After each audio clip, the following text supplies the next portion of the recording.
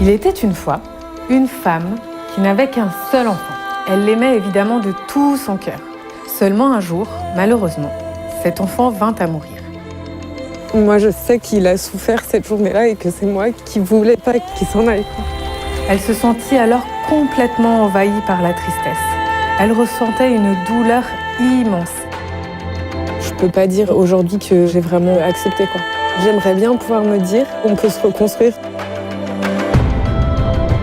Elle voyagea de village en village. Elle parcourut tout le pays.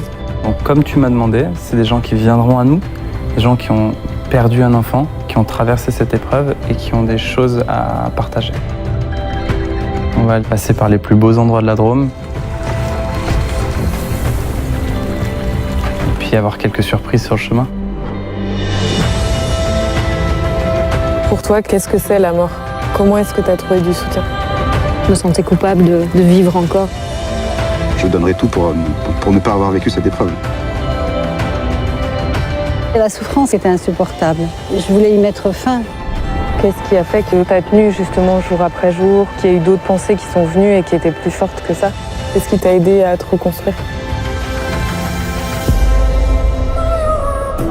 Faire son deuil, pour moi, n'a absolument aucun sens, parce que ça suppose qu'on commence quelque chose et qu'on le termine. Il y a cette intelligence de ton esprit, de tout ton être, qui œuvre jour après jour à reconstruire, et ça va ouvrir des portes que tu penses fermées à tout jamais.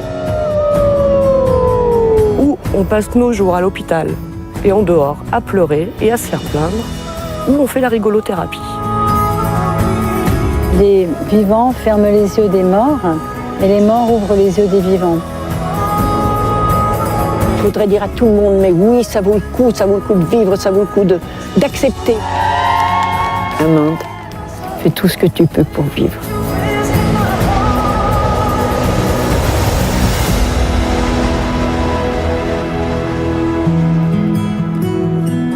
L'automne, c'est la saison où tout meurt, et en même temps, c'est la saison où il y a les couleurs les plus vivifiantes. Il y a le plus de vie.